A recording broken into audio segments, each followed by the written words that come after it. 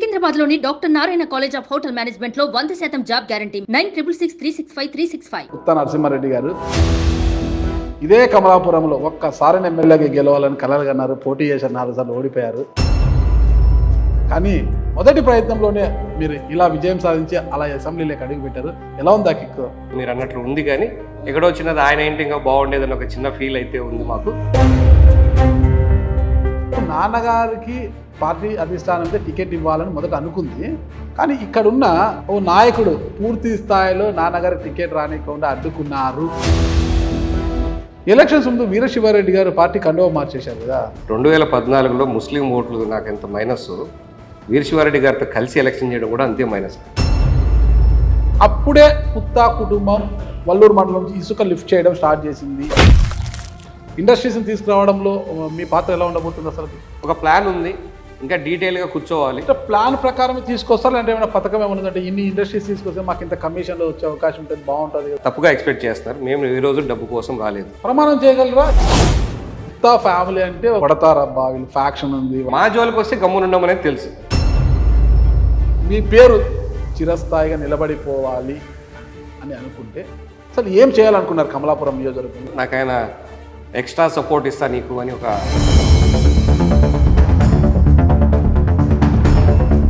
ఇక కమలాపురం నియోజకవర్గాన్ని భవిష్యత్తులో పుత్తా వారి కోటగా మార్చుకోవాలి. మరి మార్చుకుంటారా? That is the important target for me. Welcome to Suman TV. నేను మీ నాగరాజ్ బైర్శెట్టిని. తన తండ్రి సాధించలేంది కొడుకు సాధిస్తే ఆ కిక్కే వేరుంటుంది కదా. అదే ఆ కిక్కునే తండ్రికి అందించాడు ఆ కొడుకు. ఇంతకీ ఆ కొడుకు ఎవరు ఏంది అనుకుంటున్నారా? ఆ కొడుకు ఎవరే కాదు, ఉమ్మడి కడప జిల్లా కమలాపురం నియోజకవర్గ ఎమ్మెల్యే పుత్తా చైతన్యరెడ్డి. తన తండ్రి పుత్త నరసింహారెడ్డి గారు 4 సార్లు ఎమ్మెల్యేగా పోటీ చేసి ఓడిపోయారు. ఒక్కసారైనా ఎమ్మెల్యే కావాలనే కళ అయింది. చివరి నిమిషంలో 2024 ఎన్నికల్లో కొడుకు పుత్తా చైతన్యరెడ్డి టికెట్ వచ్చినా ఎమ్మెల్యేగా విజయం సాధించి తండ్రి యొక్క కళను కూడా ఆయన నెరవేర్చాడు. అసలు ఆ కిక్కు ఎలా ఉంది ఏంటి అనేది కూడా ఎమ్మెల్యే గారు అడిగి తెలుసుకున్నాం. నమస్తే ఎమ్మెల్యే గారు. నమస్తే అన్న. ఎలా ఉందన్న అసలుకి తండ్రి మీ నాన్నగారు పుత్తా నరసింహారెడ్డి గారు ఇదే కమలాపురంలో ఒక్కసారి ఎమ్మెల్యేగా గెలవాలని కలలు కన్నారు. పోటీ చేశారు, 4 సార్లు ఓడిపోయారు. కానీ మొదటి ప్రయత్నంలోనే మీరు ఇలా విజయం సాధించి అలా అసెంబ్లీలోకి అడుగు పెట్టారు. ఎలా ఉంది ఆ కిక్? డెఫినెట్గా ఆ కిక్కు మీరు అన్నట్లు ఉంది, కానీ ఎక్కడో చిన్నది ఆయన ఏంటి ఇంకా బాగుండేదని ఒక చిన్న ఫీల్ అయితే ఉంది మాకు. But definitely he's more happy than me. నాకన్నా ఉంది, స్పెషల్ కిక్ అయితే ఉంది. 4 సార్లు ఓడిపోయారు, 4 సార్లు ఓడిపోయారు అని డిఫరెన్స్. ప్రతిసారి ఒక రీజన్ అయితే ఉంది, కానీ what ever the reason, but we have overcome over that. This time we have shown జనాలకి లేదు, మేము పబ్లిక్లో ఉంటే పబ్లిక్ మీకు ఎప్పుడైనా మీకు ఆశీర్వదిస్తారని చెప్పేసి ఒక మెసేజ్ అయితే పాస్ చేయగలిగాం. ఎక్కడైనా మీలో కావచ్చు, మీ కుటుంబ సభ్యులు, మీ బంధువర్గంలో ఏదైనా ఒక చిన్న అసంతృప్తి కరెక్ట్ గెలిచే సమయంలో పుత్త నరసింహారెడ్డి గారికి టికెట్ ఇవ్వకుండా ఇచ్చేసారే, ఇప్పుడు ఇచ్చినట్టు ఆయన కోరిక నెరవేరింది కదా అన్న అసంతృప్తి ఎక్కడైనా ఉందా? కొంచెం కాదు, ప్రతి ఒక్కరిలో బాగా ఉన్నింది. అంటే ఒక 3-4 డేస్ అందరు డిప్రెషన్లో కూడా వెళ్ళిపోయిన సిచ్యువేషన్ లాగా కనిపించింది. ఎందుకంటే వేవ్ ఉందా లేదా, వేవ్ అనేది పోస్ట్ ఎలక్షన్ వచ్చింది. Okay, but before this only, and దీనికి ఎలక్షన్ కన్నా ముందు ఇలా మేము ఊర్లు తిరిగేటప్పుడు ఎప్పుడూ లేనటువంటి రెస్పాన్స్. అంటే మీరు కొన్ని వీడియోస్ ఎన్ని ముందు జరిగినట్టు చూస్తే, మేము ఒక బండి 2 బండ్లతో బయలుదేరితే తెలియకుండానే ఒక 20-30 బండ్లు అయిపోవడము, 100 మంది జనాలు చుట్టుపక్కల నుంచి రావడం, ఒక డిఫరెంట్ అట్మాస్ఫియర్ ఉంది. ఎప్పుడూ లేనటువంటి అట్మాస్ఫియర్ సిచ్యువేషన్ కనిపిస్తూ ఉంది. ఆ సిచ్యువేషన్ నుంచి అంటే ఇప్పుడు వేవ్ వచ్చిందని మీరు అనొచ్చు. బిఫోర్ ఎలక్షన్ 6 months ముందు నుంచి ఇలా జరుగుతూ ఉంది. మాకు రిజల్ట్ వచ్చిన తర్వాత వేవ్ కనిపించింది, అంతకుముందు కనిపించలేదు కదా, మాకు ఇక్కడ కనిపిస్తూ ఉంది. ఆ సిచ్యువేషన్లో నుంచి ఆయన డ్రాప్ చేసి మమ్మల్ని తీసుకోవడం చాలా మంది కొంచెం బాధగా కల్పించింది. బట్ ఆయన ఎంకరేజ్మెంట్ ఎవరైతే ఏముంది పదా ముందుకు వాడిని అని చెప్పి ఆయన తోసుకుంటూ రావడమే పీపుల్ అగైన్ రికవర్ అయిపోయి ఎలక్షన్ చేయడం జరిగింది. మీ పేరు చివరి నిమిషంలో వచ్చింది. పార్టీ నిర్ణయం అది. అంటే జిల్లాలో యువత కావాలి ఒకరన్నా అని చెప్పేసి మిగతా చోట అరేంజ్ చేయలేక పరిస్థితుల్లో ఒక యువత కంపల్సరీ నాకు కావాలి పార్టీలో. లోకేష్ గారు యువకుడు కాబట్టి మొత్తం లోకేష్ గారు అని కాదు, కానీ చంద్రబాబు నాయుడు గారు బ్యాలెన్స్ చేయాలని చూశారు. లోకేష్ గారు సపోర్టు ఉంది డెఫినెట్గా, అది కాదనట్లేదు. చంద్రబాబు నాయుడు గారు బ్యాలెన్స్ చేయాలి, డిస్టిక్ని యువత కూడా ఉండాలి కంపల్సరీ అని చెప్పిన దగ్గర వేరే దగ్గర అకామిడేట్ కాలని వివిధ పరిస్థితుల వల్ల అక్కడ బీజేపీ పోయింది. మిగతా చోట్ల ఎవరికి ఛాన్స్ లేకుండా పోవడం చేత ఇక్కడైతే మీ కుటుంబంలోనే కదా మీకు ఎవరైతే ఏముంది అన్న ఒక ఆలోచనతో వాళ్ళు డెసిషన్ తీసుకోవడం జరిగింది. దాన్ని గౌరవించాల్సి వచ్చింది. కొన్ని డిస్కస్ చేసిన తర్వాత మళ్ళీ మేము రిక్వెస్ట్ చేసాం, లేదు you have to go ahead అని చెప్పారు. మాటను కాదని లేక ముందుకెళ్ళాం, సక్సెస్ అయితే సాధించాం. అసలు ఏంటి అసలు నాన్నగారికి పార్టీ అధిష్టానం టికెట్ ఇవ్వాలని మొదట అనుకుంది, కానీ ఇక్కడున్న ఓ నాయకుడు పూర్తి స్థాయిలో నాన్నగారికి టికెట్ రానికుండా అడ్డుకున్నారు అన్న ప్రచారం అయితే అప్పుడు జరిగిండొచ్చు, అదైతే నేను అనుకోవట్లేదు. కేవలం మిగతావే అది ఏమన్నా ఉన్న సరిపోని వాళ్ళు ఉండొచ్చు, ఎక్కడ చేసి ఉండొచ్చు, అది వాళ్ళ ఆలోచన అయిండొచ్చు. కానీ నేను నమ్మేది ఏంటంటే పార్టీ ఒక సిద్ధాంతం అనుకునింది, ఈ విధంగా పోవాలనుకుంది. ఇక్కడే కాదు స్టేట్ మొత్తం కొంచెం బ్యాలెన్స్డ్గా వెళ్ళింది. దాంట్లో చేంజెస్ చేయాలనుకున్నారు, చేశారు. బట్ నాన్నగారికి ఇనఫ్ గౌరవం ఇస్తాము, ఎటువంటి మీ నాన్నగారు ఇంత సీనియారిటీ పోకుండా ఆయనకు తగ్గ గౌరవం మీకు కల్పిస్తాము, ఎటువంటి మీకు చిన్నతనం చేయము అని చెప్పి మా నాయకుడు మాట ఇచ్చారు. దాని మీద ముందుకు పోయాం. మాట ఇచ్చారు, ఓకే. నాన్నగారికి టికెట్ అంటే నాన్నగారు సీనియర్ కాబట్టి గెలిస్తే మంత్రివర్గంలో మంత్రి రేసులో నాన్నగారు ఉంటారు, తమ కుటుంబానికి క్యాబినెట్లో బర్త్ ఖరారయ్యే అవకాశాలు చాలా తక్కువ అంటే ఉద్దేశంతోనే వారు తీవ్రంగా ప్రయత్నించారు. చివరి నిమిషంలో మీ పేరు తెరపైకి వచ్చింది. మీరు ఎలాగా జూనియరే కాబట్టి పెద్ద పోటీ ఉండదని భావించిన తర్వాతనే మీకు టికెట్ వచ్చిందంటారు, అవునా? ఆ క్యాలిక్యులేషన్స్ ఎన్నున్నా మా సార్ అయితే దానికి బోల్తో పడడానికి నేను అనుకుంటున్నా. చంద్రబాబు నాయుడు గారు ఆ ఈక్వేషన్స్ ఎవరిని చెప్పినా కూడా ఆయన ఈక్వేషన్స్ అనుకుంటే లాస్ట్ మూమెంట్ కూడా ఉన్నింది, కేవలం బ్యాలెన్స్ చేయాలని చెప్పి. తర్వాత కూడా డిస్కషన్ అయిపోయిన తర్వాత, ఎలక్షన్ అయిపోయిన తర్వాత కూడా కంపల్సరీ మేము బ్యాలెన్స్ చేయాల్సిన పరిస్థితిలో ఇది వచ్చేసింది. ఇక్కడ వేరే ఛాయిస్ లేదు. ఇక్కడ మీ కుటుంబంలోనే కదా అని మేము ఆ ఛాన్స్ తీసుకున్నాం, వేరే చోట ఆ ఛాన్స్ లేదు కాబట్టి రిస్క్ తీసుకోదలుచుకోలేదు. ఈసారి చేసి క్రూషియల్ ఎలక్షన్ ఇది. వేరే చోట నేను ఏ ఛాన్స్ ఇచ్చినా మనం టికెట్ల మీద ఓడిపోయే అవకాశం ఉంది. ఇక్కడ మీరు ఎవరైనా గెలుస్తారు కాబట్టి మా సర్వేల ప్రకారం మీరు ఎవరైనా ఇద్దరిలో ఎవరైనా గెలుస్తారు అని ఒక దృష్టితో మేము మార్చాల్సి వచ్చింది. అసలుకి ఎవరైనా చివరి నిమిషంలో వచ్చారు. పుత్తా ఫ్యామిలీ అంటే ఒకటి ఏదైతే ఒక ప్రాపగాండ ఉంది, కొడతారు అబ్బా వీళ్ళు ఫ్యాక్షన్ ఉంది, వల్లూరు మండలం అంత పెద్ద ఫ్యాక్షన్, వీళ్ళు కొడతారు తిడతారు వీళ్ళతో కష్టము అనే భావన కూడా ఉండిందనమాట. అంటే ఆ భావనంతా కూడా అలా తొలగించి విజయ్ తీరాన్ని ఎలా నడిచారు? అసలుకి కొడతారు తిడతారు అనేది ఎప్పుడో చెప్పడం మొదలుపెట్టారు. ఎప్పుడు మేము 2004 ఎలక్షన్కి వచ్చినప్పుడు, రాజకీయాలు కొత్తగా వచ్చినప్పుడు, అప్పుడు అబద్ధాలని నిజాలుగా చేసే దిట్టలు కొద్దిమంది ఉన్నారు. అప్పుడు వీరశివారెడ్డి గారు ఇలాంటి వాళ్ళు అది ప్రాపగాండా చేశారు. అది అట్లా కంటిన్యూ అయింది. కానీ తర్వాత జనాలు ఎప్పుడు కంటిన్యూస్గా ఉండడము. నాన్న 20 years జర్నీలో ఎవరిని కొట్టాము, కొడతారు తిడతారు అన్నారు కదా, ఎవరిని కొట్టాము ఎవరిని తిట్టాము లాంటివి మా జోలికి వస్తే గమ్మునుండమనేది అనేది తెలుసు.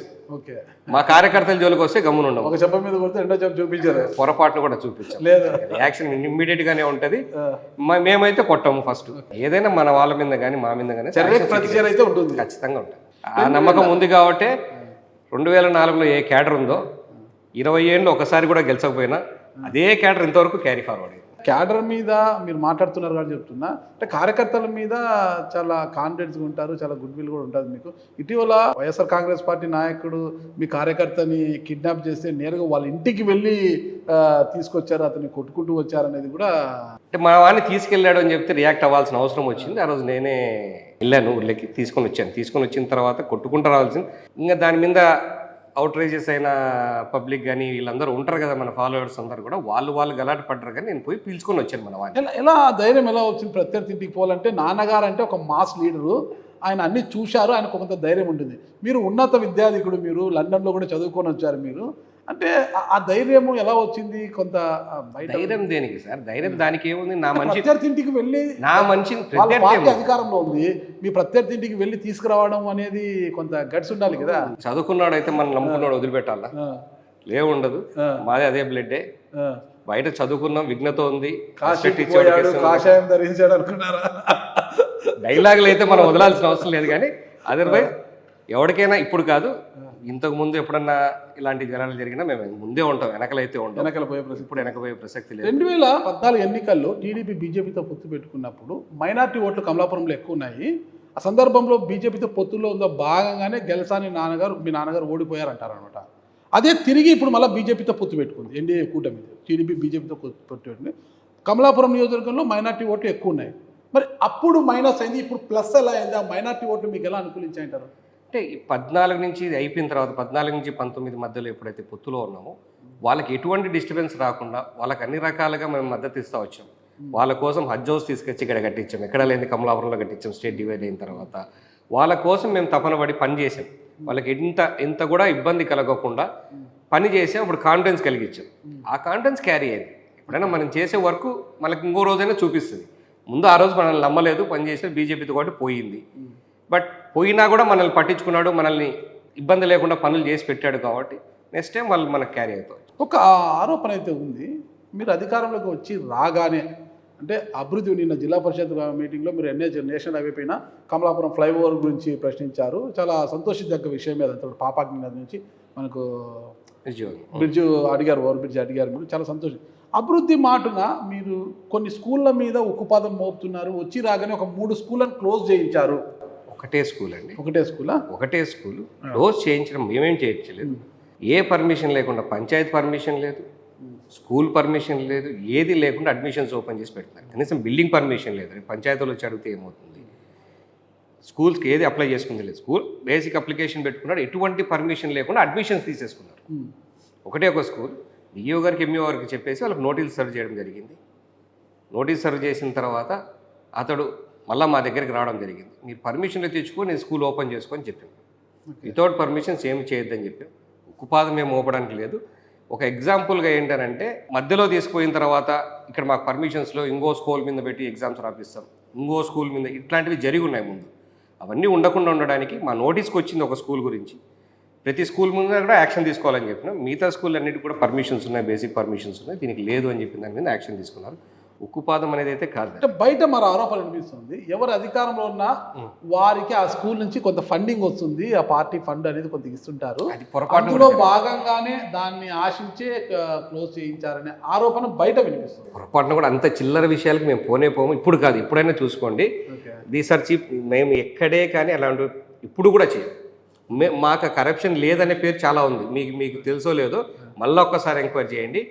అసలు చిల్లర లేదు అనడానికి మీరు ఇంతవరకు అధికారంలో లేరు.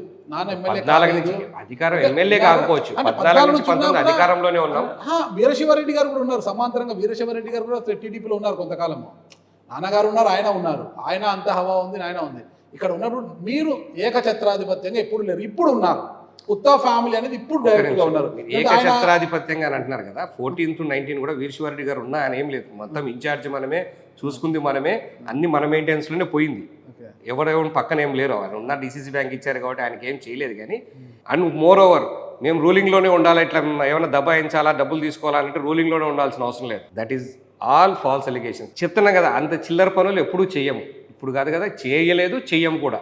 ఎలక్షన్స్ ముందు వీరశివారెడ్డి గారు పార్టీ కండువా మార్చేశారు కదా, అప్పుడు ఏమనిపించింది మీకు? మాకేం కొత్త అనిపించలేదు. మీకు బయట ఆయన వచ్చేటప్పుడు అలాగే అనిపించింది, పోయేటప్పుడు అలాగే అనిపించింది. మాకేం కొత్త కాదు, అది ఆయనకు అలవాటు. అది ఒక సీనియర్ నాయకుడు వెళ్ళిపోతున్నాడు, కొంత ఓట్ బ్యాంక్ వెళ్ళిపోతుంది ఏమన్నా కంగారు ఆందోళన ఏం కలగలేదా? We are more over happy. నాకు పక్కన శత్రువు లేకుండా డైరెక్ట్గా అటుపక్క ఉంటే నాకు పారడానికి ఈజీగా ఉంటుంది. పక్కన శత్రువు పెట్టుకొని 2014లో ముస్లిం ఓట్లు నాకు ఎంత మైనస్, వీరశివారెడ్డి గారితో కలిసి ఎలక్షన్ చేయడం కూడా అంతే మైనస్. ఆ రోజు ఓడిపోయాను నేను అంటే పూర్తిగా కారణం నేను ఒక్కడనే కాదు, మీరు ముస్లిమ్స్ ఈ పోతాయని పక్కనే పెట్టండి. ఆ రోజు దగ్గరుండి ఆయన మనకు రక్షణ చేయలేదు. ఆయన సొంత ఊర్లో అన్ని రోజులు వన్ సైడ్ స్టాంపింగ్ జరిగిన బూత్లో జరగాల్సిన మనం కార్యకర్తలు చేయాల్సిన దానికన్నా ఎక్కువ చేసిన తర్వాత కూడా 400 చిల్లర ఓట్లు మైనస్ తెచ్చాడు ఆయన సొంత ఊర్లో. ఎంతవరకు కరెక్ట్ చేసాడు అనుకున్నారు? ఆయన వర్గంలో వచ్చిన వాళ్ళకు కొన్ని ఊర్లు అప్పచెప్తాం కదా, సీనియారిటీ ప్రకారంగా ఆయన గుంపులు కొద్దివని చెప్పి ఆయన వర్గానికి అప్పగించిన ఊర్లన్నీ కూడా మైనస్ వచ్చాయి. మోర్ ఓవర్ ఆ లీడర్స్ అందరూ తర్వాత ఇన్ డ్యూ కోర్స్ మన దగ్గరికి పర్మనెంట్గా ఆయన డల్ అయిపోయాడు, ఆయన లేదు అని చెప్పి మన దగ్గరికి వచ్చిన తర్వాత ఆ రోజు మేము మోసం చేశాము అని వాళ్ళు నోడితేనే చెప్పారు. ఈరోజు మనం నరసింహాడి గెలిస్తే మన రాజకీయ జీవితం అయిపోతుంది, మనం పక్కకి వెళ్ళిపోవాలి. ఆ పక్క రవీంద్రనాథ్ రెడ్డి ఉంటాడు, ఈ పక్క ఈడు ఉంటాడు, ఈయనకు గెలిచకూడదు అన్న ఒక మాట ఆయన నోటి నుంచి ఆ రోజు వచ్చింది. ఆ కారణం మేము మెల్లగా తెలుసుకున్నాం, వెంటనే తెలుసుకోలేదు. ఈ లీడర్లు తర్వాత వచ్చిన వాళ్ళందరికీ ఆ రోజు మేము మోసపోయాం, మేము దెబ్బతిన్నాం, మిమ్మల్ని దెబ్బపరిచాం, అందరం పోయామని వాళ్ళు చెప్తే తెలిసింది. మేము అప్పుడు నమ్మడం మానేసి 2019 ఎలక్షన్ కూడా మన పార్టీలో ఉన్నాడు అనుకున్నాడు. మాతో పాటు ప్రచారం, నాన్నతో పాటు క్యాంపెయినింగ్ చేస్తా ఉన్నాడు. వాళ్ళ కొడుకు అక్కడ వైసీపీ వాళ్ళతో కలిసి ఊళ్ళో తిరిగాడు. ఎలక్షన్ అయిపోయిన నెక్స్ట్ రోజు మా ఎక్స్ఎమ్మెల్యే గారు, ఇప్పుడున్న మేయర్ గారు, ఎంపీ గారు అందరూ నెక్స్ట్ రోజు ఎలక్షన్ మరుసటి రోజు ఆయన ఇంటికి పోయి మాకు చేసినందుకు థ్యాంక్స్ అన్నారు. ఎలక్షన్ రోజు కూడా మోసం చేస్తాం దగ్గరుండి. ఇంకా ఆయన నమ్మాలని మళ్ళా నమ్మాలంటే అది నమ్మకుండా ఉండడమే బెటర్. మన పార్టీలోకి వచ్చినా ప్రొద్దుటూరు కోసం అని చెప్పారు ఫస్ట్. నేను దాని తర్వాత కూడా ఏం ఆహ్వానించలేదు. మళ్ళీ ఆయన వెళ్ళిపోయాడు. మేము అదే పార్టీకి చెప్పాం, పోతాడని మాకు తెలుసు కదా, మీరు ఎందుకు పిలుచుకొచ్చారని చెప్పి. సారీ పొరపాటు చేశారు దాంట్లో ఆ విషయంలో అని చెప్పేసి ఒక డిస్కషన్ కూడా జరిగింది. So we are clear. వాళ్ళు ఎంత దూరం ఉంటే మనకు ఓట్లు పెరుగుతాయి. ఓకే, మీరు ప్రతి విషయంలో చాలా క్లియర్గా ఉన్నారు, క్రిస్టల్ క్లియర్గా ఉన్నారు. ఉన్నత విద్యార్థులు కావచ్చు, నియోజకవర్గానికి కొంచెం మంచి జరుగుతుందని కూడా అందరూ భావిస్తున్నారు. అయితే అప్పుడే ఈ స్కూల్ విషయంలో ఒక ఆరోపణ వచ్చింది. ఇసుక ఉచిత ఇసుక అని ప్రభుత్వం ప్రకటించిన కింద ఒక సీనియర్ చేసే లోడింగ్ అన్లోడింగ్ రవాణా ఛార్జీలు అదనపు అనేది పెట్టింది. అది లేండి చిన్న ట్యాగ్ లైన్ ఒకటి పెట్టింది. ఉన్నప్పటికీ కూడా అప్పుడే పుత్తా కుటుంబం వల్లూరు మండలం నుంచి ఇసుక లిఫ్ట్ చేయడం స్టార్ట్ చేసింది అన్న ఆరోపణ కూడా అప్పుడే బయటకు వచ్చేసింది. ఒల్లూరు మండలంలో ఇప్పుడు అసలు ఇసుకే పెట్టలేదు. ఇంకా మీరు అన్న ఏదో వచ్చిండదు. కమలాపురం మండలం పెళ్లిమరి మండలంలోనే స్టార్ట్ చేసింది. ఒల్లూరులో డంప్స్ ఏమి లేవు. లిఫ్ట్ చేయాలని అనుకుంటే అదే చెప్తున్నాను కదా, దానికి ఆరోపణ లాగా డైరెక్ట్గానే ఎత్తిండేది. అది వద్దు ఆపండి అని చెప్పేసి పోరాడుతున్నారు. ఇట్లా ఆరోపణలు వస్తాయని చెప్పి స్ట్రిక్ట్గా ఉండండి ఈ విషయాల్లో. ఎవరే కానీ కార్యకర్తలు కూడా స్ట్రిక్ట్ వార్నింగ్ ఇవ్వడం జరుగుతుంది. మీరు చేయకండి. కొద్దిమంది స్టార్టింగ్లో ఇల్లీగల్గా ట్రాక్టర్లో పెట్టి చేయడం జరిగింది. దాన్ని కూడా స్టాప్ చేయించాం మేము. పోలీసులకు చెప్పి వద్దు, bad name to government, free ఇసుక ఇస్తున్నప్పుడు వీళ్ళందరూ ఎత్తుకొని చేయడం కరెక్ట్ కాదు అని చెప్పి ఆపిచ్చాం. ప్రమాణం చేయగలరా ఈ 5 ఏళ్ల పాటు ఇసుక అక్రమ రవాణా నా నియోజకవర్గంలో జరగకుండా చూస్తాను, ఫ్రీ ఇసుక లబ్ధిదారులకు మాత్రమే వెళ్ళేలా చూస్తాము, అక్రమంగా ఇతర రాష్ట్రాలకు తరలకుండా చూస్తానని ప్రమాణం చేయగలరా? తప్పకుండా ప్రమాణం చేస్తాం. దాంట్లో డౌట్ ఏముంది? గవర్నమెంట్ పాలసీని ఏదైనా మేము సపోర్ట్ చేస్తాం. 100% దేని మీద ప్రమాణం చేయమన్నా చేస్తాం. మీ దగ్గర భగవద్గీతను ఏదైనా ఉందా? ఏడుకొండల స్వామి విగ్రహం చెప్పండి. ప్రమాణం చేసి చెప్తున్నాను, అక్రమ ఇసుకోవడానికి నేను సపోర్ట్ చేయను. చివరి నిమిషంలో చైతన్య రెడ్డి గారు తెర మీదకి వచ్చిన మీ విజయానికి ముఖ్యంగా మీ కుటుంబ సభ్యులు ఎలా సహకరించారంటారు? చాలా బాగా సపోర్ట్ చేశారంటే ఈసారి. అంటే నేను తిరిగిన దానికన్నా చెప్పాలంటే కంప్లీట్గా మధ్యలో కొన్ని రోజులు మా మీద మీరు చెప్పారు కదా, జరిగినప్పుడు 307 కేసు పడి కొంచెం కొందరు పక్కన ఉన్నప్పుడు కానీ, అండ్ డ్యూరింగ్ ఎలక్షన్ కోర్స్ కానీ, ఈ ట్రాన్సిషన్లో నాకేమైంది, సడన్గా పేరు మార్చేసరికి డిప్రెషన్లో ఉన్న క్యాడర్ని అందరి చోట్ల కలవడం జరుగుతూ ఉన్నది, తిరగడం జరుగుతూ ఉన్నది.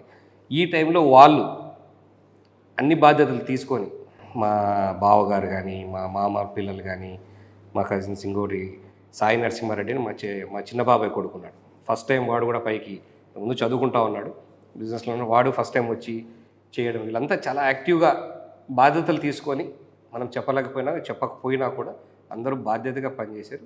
చేయాల్సిన దానికన్నా ఎక్కువ చేశారు. బంధువులు అయితేనే, ఫ్యామిలీ మెంబర్స్ అయితేనే ఎక్స్ట్రాగానే చేశారు ఈసారి. అంటే అదే చెప్పారు కదా, మీరు గవర్నమెంట్ ఉండి ఏం చేశారని చెప్పారు కదా.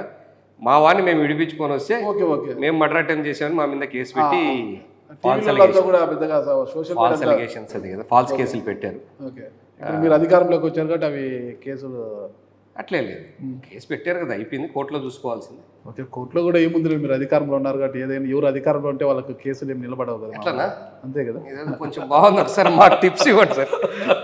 ఎవరు అధికారంలో థింగ్స్ ఏ లేదు, కేసు అయితే దానికి ఏమీ లేదు, ప్రూఫ్ లేదు. పెట్టారు, చేశారు. తర్వాత కూడా పోలీసులు కూడా తర్వాత రిపెంట్ అయ్యి చెప్పారనమాట, మేము వద్దన్నాం, పోరాడాం, లాస్ట్ మూమెంట్లో వాళ్ళ ప్రెజర్స్ తట్టుకోలేక పెట్టాల్సి వచ్చిందని చెప్పి చెప్పున్నారు. Whatever it is, we know it's part of the game. National highway మీద మీరు ఫ్లైఓవర్ అడిగారు కదా, అది బాగానే ఉంది. మొదటి మీటింగ్లోనే చాలా గట్టిగా వాదించారు, అది కావాలని మీరు నడుము బిగించారు. దాంతోపాటు గతంలో ఇప్పుడున్న మాజీ ఎమ్మెల్యే రవీంద్రనాథ్ రెడ్డి గారు ఒక కమలాపురం రైల్వే బ్రిడ్జి కూడా ప్రపోజల్ పెట్టి ఉన్నారు గతంలో. ఆయన అంటే 2019 ఎన్నికల్లో, తర్వాత 2024 ఎన్నికలకు నేను వస్తానంటే ఈ బ్రిడ్జ్ కంప్లీట్ చేసి వస్తాను అనేది ఆయన హామీ కూడా ఇచ్చిన, అది చేయలేకపోయారు ఆయన. ఫన్ పార్ట్ ఏంటంటే, నేను కూడా కొంచెం అది 2016-17 చంద్రబాబు నాయుడు గారు వచ్చినప్పుడు మాట ఇచ్చి మేము అది లైవ్లీ బడ్జెట్లో పెట్టి తీసుకొచ్చి ఫైనాన్షియల్ అడ్మినిస్ట్రేషన్ అప్రూవల్ తీసుకొచ్చేసరికి 19 ఎలక్షన్ దగ్గరికి వచ్చింది. తెచ్చాము, మేమే అప్రూవల్ తెచ్చాము, శాంక్షన్ చేసి తెచ్చి పెడితే 5 ఏళ్లలో దాన్ని టెండర్ పిలిచి పని స్టార్ట్ చేయించలేకపోవడం అతని యొక్క ప్రతిభకు నిదర్శనం అన్నమాట. ప్రతిభకి నిదర్శనమా? తప్పకుండా. ఇప్పుడు జగన్మోహన్ రెడ్డి మేనమామ గారు, సీఎంకి మామ, రాజు అనుకుంటే దెబ్బలు కొదవా, ఏం కాదు. అటువంటిది ఇది వెయ్యకుంటే నేను ఓటు అడగనని చెప్పిన పరిస్థితి, దాన్ని కూడా ఇంప్లిమెంట్ చేయించలేకపోయాడు అని అంటే, ఇంప్లిమెంట్ వచ్చేవాళ్ళు అప్ ఫ్రంట్ పేమెంట్స్కి ఓడు ముందుకు రావట్లేదు అంతే. స్టేట్ గవర్నమెంట్ ఫండ్స్ కదా, సెంట్రల్ గవర్నమెంట్స్ కంటే వచ్చేవాళ్ళేమో దానికి కూడా. అప్ ఫ్రంట్ అనేసరికి ఎవరు భయపడి రాకుండా పోయారు. మేము కూడా ఖచ్చితంగా దాన్ని ఫాలో అప్ చేస్తున్నాం, ఇప్పుడు చేయడం జరిగింది. బేసిక్ డిస్కషన్ జరిగితే ఇంకో కొంచెం టైం ఇవ్వండి, బడ్జెట్ విషయం చూసుకొని చెప్తామని చెప్పి మన ఆర్ఎండ్బి మినిస్టర్ గారు కూడా చెప్పారు. ల్యాండ్ అక్విజిషన్ ఫండ్స్ కొంచెం పెండింగ్ ఉంది, అవి త్రూ అయితే తప్పకుండా మేమే, అప్పుడు శాంక్షన్ చేయించింది మేమే, దాన్ని కంప్లీట్ చేయించింది కూడా మీరేనా? ఖచ్చితంగా 5 ఏళ్ళలో పూర్తి చేస్తారు. ఇదేంలు కాదు సార్, నేను అంత టైం పెట్టుకోవట్లేదు. అంత టైం లేదా? అంత టైం పెట్టుకోవట్లేదు. సమయం లేదు మిత్రమా. కొంచెం డబ్బు, కొంచెం ల్యాండ్ అక్విజిషన్కి ఫైనాన్స్ కొంచెం క్లియరెన్స్ ఇచ్చేస్తే ఇది కూడా సెంట్రల్ ఫండ్స్, వేరే funds, Gati Shakti railway funds, central funds ఉన్నాయి. సో దాంతో కోఆర్డినేట్ చేసేసి కన్స్ట్రక్షన్కి ఇబ్బంది లేకుండా ల్యాండ్ అక్విజిషన్ కూడా స్టేట్ నుంచి కొంచెం సపోర్ట్ తీసుకుని తొందరగా క్లోజ్ చేస్తాం. ఇంకోటి ప్రధానమైన అంశం ఉంది మీ నియోజకవర్గంలో, సర్వరాయ సాగర్ ప్రాజెక్ట్ ఉంది. దానికి సంబంధించి పంట కాలువలు ఏర్పాటు చేస్తారు. ఇంతవరకు అది నోచుకోలేదు. ఉన్న నీరు 1 TMC నీటిని కూడా కొన్ని చేపల చెరువులకి, కొంత భారతీయ సిమెంట్స్కి వెళ్ళిపోతుంది కదా, దాన్ని ఎలా అరికడతారు మీరు అసలు? ఇది Sarvaraya Sagar suppose to be completed in 2009-10 Rajasekhara Reddy గారి టైంలో అయిపోవాలి. కానీ దాని దరిద్రం ఏమైందంటే మా కమలాపురం ప్రజల దరిద్రము, దానికి మా ఎక్స్ఎమ్మెల్యే గారే కాంట్రాక్టర్, బినామీ పేరు మీద కాంట్రాక్టర్ ఆయన. 4 ఏళ్ళు అయిపోవాల్సిన ప్రాజెక్టు 14 ఏళ్ళ పైన తీసాం. అవి కూడా చాలా దారుణమైన కండిషన్. లాస్ట్ టైం మేము ఐడెంటిఫై చేసి మనుషులు దిగిపోయేంత నెరలు చీలున్నా కూడా, మనుషులు కింది తిరిగిపోయేంత నెరలు లేకుండా పూర్తి చేయకుండా ఓపెన్ చేయడానికి వస్తే కూడా అడ్డుపడ్డాం.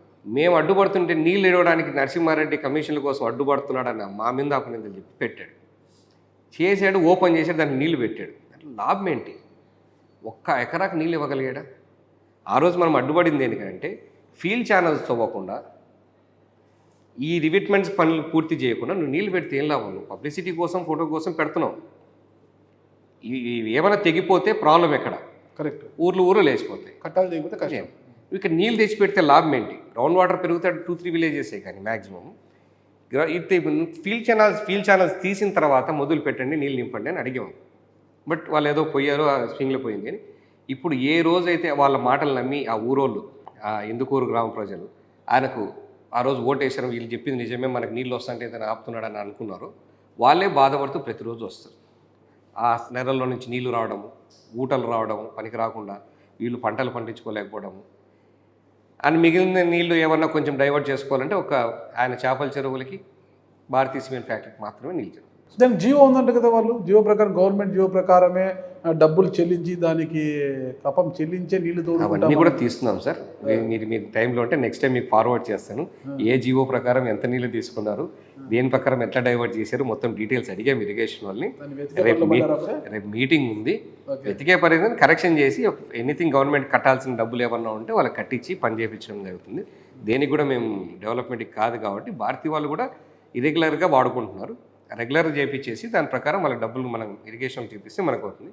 పంట కాలువలు తవ్వించాలి. ఆ పంట కాలువలు తవ్వించే దాని మీద మేము కూడా రేపు మీటింగ్ పెట్టున్నాం. ఎంత తొందరగా పూర్తయితే అంత తొందరగా ఆ 2 మండలాలకి, వీరపనాయనపల్లె, కమలాపురం మండలాలకి దగ్గర నుంచి పంట కాలువల ద్వారా నీళ్ళు ఇప్పించాలి.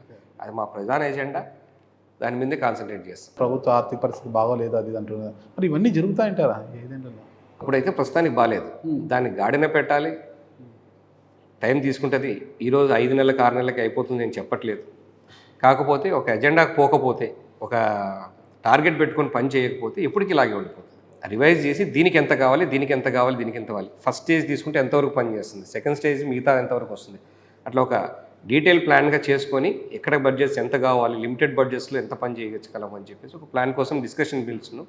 అవన్నీ అయిన తర్వాత మా సీఎం గారి దగ్గర ఒకసారి ప్రజెంటేషన్ చేసి ఎంత తొందరగా అయితే ఏదో నాకు ఆయన ఎక్స్ట్రా సపోర్ట్ ఇస్తా నీకు అని ఒక మెసేజ్ ఇచ్చాడు, ధైర్యం చెప్పాడు భుజం తట్టి. నామినేషన్ తర్వాత నీకు బాగా చేసుకో.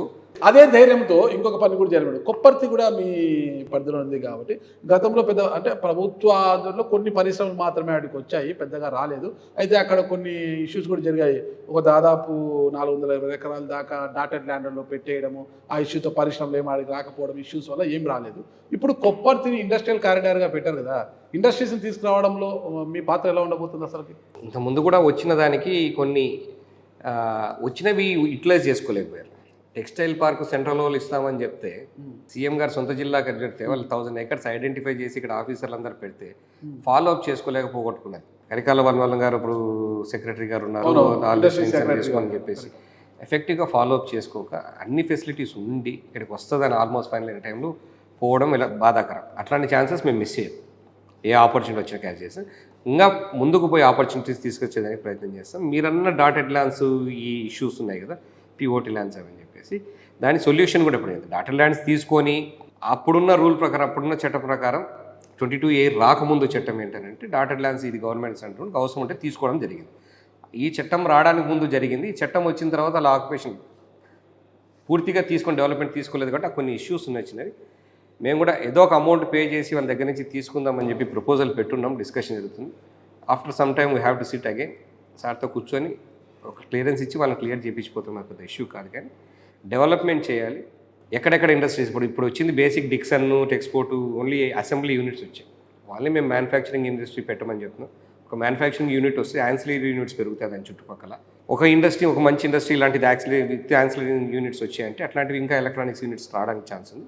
అండ్ టెక్స్టైల్ పోర్ట్ కూడా, టెక్స్పోర్ట్ అనే ఒక కంపెనీ రన్నింగ్లోకి వస్తుంది తొందరలో. దానికి సంబంధించి 1 by 1 దానికి పెట్టుకొని ఒక ప్లాన్ ఉంది. ఇంకా డీటెయిల్గా కూర్చోవాలి. ప్లాన్ ప్రకారం తీసుకొస్తారు అంటే ఏమైనా పథకం ఏమన్నా ఉందంటే ఇన్ని ఇండస్ట్రీస్ తీసుకొస్తే మాకు ఇంత కమిషన్లో వచ్చే అవకాశం ఉంటుంది, బాగుంటుంది కదా ఏమన్నా ఉందా? అంత ఆలోచించట్లేదండి ఇంకా లేదా. కమిషన్లో వచ్చే వాళ్ళు ధైర్యంగా రావచ్చు కొప్పర్తికి, ఆ ఉత్సాహికులందరూ కూడా ధైర్యంగా వచ్చి ఇండస్ట్రీస్ పెట్టుకోవచ్చు అంటారా? 100% ఎక్స్ట్రా సపోర్ట్ ఇస్తాం. Okay, everything will be open here. Okay, మీరు ఎంత ఎలాంటి కప్పం కట్టాల్సిన అవసరం లేదు. కప్పం కాదు కదా, చిన్న ఎవరికి కూడా పెట్టాల్సిన అవసరం లేదు. ఫుల్ ట్రాన్స్పరెన్సీ చేస్తాం. గవర్నమెంట్ నుంచి ఏమేమి సపోర్ట్ కావాలో అన్ని రకాలుగా అందిస్తాం. మాకు డెవలప్మెంట్ కావాలి. మా డెవలప్మెంట్ చేస్తే మాకు ఇండైరెక్ట్ కప్పం మాకు వస్తుంది. నాకు 4 హోటల్ పెట్టుకున్న ఇంకో హోటల్ కట్టుకుంటాను, నా హోటల్ బిజినెస్ పెరుగుతుంది. అట్లయినా మనకు పెరుగుతుంది. అంతేగాని పరోక్షంగా లాభం జరుగుతుంది. పరోక్షంగా లాభం జరుగుతుంది. దాంట్లో నుంచి మనం తీసుకోవడం వల్ల మేమైతే మీరు తప్పుగా ఎక్స్పెక్ట్ చేస్తున్నారు. మేము ఈ రోజు డబ్బు కోసం రాలేదు. నేను ఎక్స్పెక్ట్ చేసేది కాదు. ఎవరు బయట కూడా టాక్ అది లేదు. మీరేదో మామూలుగా ఎవరైనా అధికారంలో ఉంటే ఎవరు ఇండస్ట్రియలిస్ట్ వాటికి రావాలంటే ఖచ్చితంగా ఆ ఎమ్మెల్యే ఖచ్చితంగా ఆశిస్తాడు. అది ఆనవాయితీగా జరుగుతుంది చాలా చోట్ల. దానికి మీరు అతిథులు కాదా అని అడిగాను, మీరు తీసుకోనని చెప్తున్నారు. నేను ఎక్స్పెక్టేషన్ కాదు, ఇంకోటి నేను అడగడం లేదు. సర్వసాధారణంగా రాష్ట్రంలో జరుగుతుంది. అది ఎక్కడికైనా రావాలంటే భయపడిపోతారు. ఫస్ట్ వ్యాపారస్తులు భయపడిపోతారు. అక్కడ పెట్టుబడి పెట్టాలంటే నాకేం ఇస్తావు, నాకేంటి లాభం అనే పరిస్థితి. అలానే నేను ఒక లాభంతో అయితే అడుగుతాను. డెఫినెట్గా మా వాళ్ళకు ఉద్యోగాలు ఇవ్వాలని అడుగుతాను. లోకల్ ప్రిఫరెన్స్ ఎక్కువ ఇవ్వాలని చెప్పి అడుగుతాను. ఆ లాభం తప్ప నేను వేరే లాభం ఎక్స్పెక్ట్ చేయదలుచుకోలేదు. నాకు డెవలప్మెంట్ కావాలండి. ఎందుకంటే గతంలో చాలా పరిశ్రమలు ఇక్కడ అలాంటి బెదిరింపులకు బెదిరే పక్క రాష్ట్రాలకు వెళ్ళిపోయారు. 100% మీరు అందులో భాగంగా అడిగిన ప్రశ్న అదంతే. 100% మీరు చెప్పింది 100% సేమ్. ఆ టైమ్స్ ఇప్పుడు లేవు. ఇప్పుడున్న ఈ కాలంలో తెలుగుదేశం ప్రభుత్వం కాలంలో మేము ప్రో ఇండస్ట్రీస్, ప్రో డెవలప్మెంట్. మిమ్మల్ని ఎవరు వచ్చినా మేము ఎంకరేజ్ చేయాలి. మీ ఎవరైనా ఇబ్బందులు పెడుతుంటే కూడా మేము క్లియర్ చేసి అంటే ఒక ఉన్నత విద్యార్థికుడైనా మీరు ఇక్కడ ఎమ్మెల్యే కావడం అనేది కూడా కమలాపురం నియోజకవర్గాలకు కొంచెం మంచి జరుగుతుందని ఎవరైనా ఆశిస్తారు. ఎందుకంటే ఆలోచన వేరే ఉంటుంది. యువరక్తం, మీరు యంగ్స్టర్, బాగా చదువుకున్న వాళ్ళు, విదేశాలకు వెళ్ళి వచ్చింటారు. కొద్ది ఆలోచన కావచ్చు, అభివృద్ధి మీద ఒక ఆకాంక్ష కావచ్చు, ఇంకోలా ఉంటుందంటే ఎవరైనా ఆశిస్తారనమాట. అది చేస్తే ఖచ్చితంగా భవిష్యత్తులో ప్రజలు మిమ్మల్ని ఆదరిస్తారు. అంటే ఈ మొన్నటి వరకు కూడా ఇక్కడ మీ కుటుంబాన్ని ఆదరించని ప్రజలు ఈరోజు మిమ్మల్ని ఆదరించారంటే ఇక కమలాపురం నియోజకవర్గాన్ని భవిష్యత్తులో పుత్తవారి కోటగా మార్చుకోవాలి. మరి మార్చుకుంటారా? That is the important target for me. పుత్తాల కోట అనే పదం పక్కన పెడితే ఇంకెప్పుడు నేను ఇది చేస్తాను అది చేస్తాను ఓటు చెప్పక మన పనే మనకు ఆన్సర్ చెప్పాలి. నేను పోయి నమస్కారం పెట్టి మాకు ఓటు వేయంటే ఓటు వేయించుకునే పొజిషన్కి తెచ్చుకోవాలనేది మా ఆలోచన. ఇండైరెక్ట్గా 10 మందికి ఉద్యోగాలు ఇప్పించాలి, ప్రతి ఎకరాకు నీళ్లు పండించాలి. ఆ 2 పనులు నేను చేసి పెట్టానంటే ఇనిషియల్గా ఓట్లు అవే వస్తాయనేది నా నమ్మకం. సో దానిపైనే వర్క్ చేస్తాను. వీటితో పాటు ప్రజలకు నిత్యం అందుబాటులో ఉండడానికి ఏదన్నా కార్యక్రమాలు ఏమన్నా పెడుతున్నానండి. ఇప్పుడు ఇనిషియల్గా ఏంటంటే బ్యాక్లాగ్ వర్క్స్, చాలామంది చాలా రోజుల నుంచి వెయిటింగ్ చేస్తున్న చిన్న పనుల కోసం మీద పడడం కంటిన్యూస్గా టైం అయిపోతుంది. అండ్ బేసిక్ డిపార్ట్మెంట్స్ రివ్యూస్ దీని మీదే పడుతుంది. 1-2 months తర్వాత డెఫినెట్గా నేనే విలేజెస్ విజిట్ చేయడమా, ఒక టైమ్ లైన్స్ పెట్టుకొని certain days of week or certain days of month డైరెక్ట్గా విలేజెస్కి వెళ్ళి వాళ్ళ దగ్గర నుంచే ఏమైనా సమస్యలను తీర్చుకోవడం ఇట్లా ప్లాన్స్ చేస్తున్నాను. డెఫినెట్గా ఇన్ ఫ్యూచర్ ఆ ప్రోగ్రామ్స్ కూడా ఉంటాయి. ఇండివిజువల్గా బయటికి వెళ్ళిపోవడం, we don't SIT here, will work in the field అనేది చూపిస్తాం. గతంలో నాన్నగారు నాసిరకం ఎరువుల అంశం పైన రవీంద్రనాథ్ రెడ్డి గారి మీద కేసు పెట్టి ఉన్నారు. ఆ విషయం మళ్ళీ ఎంతవరకు వచ్చిందంటారు? ఇప్పుడు మీ నాన్నగారు కేసు పెట్టలేదు, అప్పుడు దొరికాయి, సీజ్ చేశారు. మళ్ళీ ఏదో కాంప్రమైజ్ చేసుకున్నారు. కేసు ఇంకా నడుస్తున్నట్లుంది. I'm not sure particular. Forgery సంతకం మీద 420 కేసు కూడా ఒకటి నమోదు చేయించారు కదా. ఇవన్నీ కూడా ఇప్పుడు దాని కింద ఏమేమి వస్తాయి అన్నీ ఉంటాయి. 420 కింద ఎన్ని ఉంటాయి అన్నీ వస్తాయి. కమలాపురం నియోజకవర్గంలో మీ పేరు చిరస్థాయిగా నిలబడిపోవాలి అని అనుకుంటే అసలు ఏం చేయాలనుకున్నారు కమలాపురం నియోజకవర్గంలో? అసలు మీ మస్తిష్కంలో ఉన్న ప్రణాళిక ఏంటి? ఆ బ్లూ ప్రింట్ ఏంటి? మెయిన్ 3 ఎజెండాస్ అండి. 1 సరఫరా సాగర్ నుంచి పంట నీరు కాలాలి. GNSS నగరీ కాలువ అది పూర్తి చేపించేసి, అది కూడా మా ఎమ్మెల్యే గారు చేసి మట్టి పని చేసుకొని స్ట్రక్చర్లు ఏం చేయకుండా వదిలేసి పని ఎక్స్ఎమ్మెల్యే సారీ చేశారు కాబట్టి అది కంప్లీట్ చేపించేసి అది చేసుకుంటే 2 అడ్వాంటేజెస్ ఉన్నాయి. కడపకు డ్రింకింగ్ వాటర్ వస్తుంది, ఇండస్ట్రీస్కి వాటర్ తీసుకురావచ్చు డైరెక్ట్గా ఇండస్ట్రీస్కి, పెండికోట నుంచి మన కెనాల్ ద్వారా తీసుకోవచ్చు. గ్రావిటీ మీద ఎక్స్ట్రా పంప్ చేయకుండా గ్రావిటీ మీద వచ్చేటివి. మా మిగిలిన 4 మండలాలకు కూడా అక్కడి నుంచి పంట కాలువలతో వేసి మొత్తం అన్ని మండలాల్లో పంట కాలువల ద్వారా నీళ్ళు అందించచ్చు. ఈ 2 ప్రాజెక్ట్స్ పూర్తయితాయి. సర్వరాయ సాగర్ కెనాల్ పూర్తి, జిఎన్ఎస్ఎస్ పూర్తయితాయి. ఆ 2 ప్రధాన అజెండా.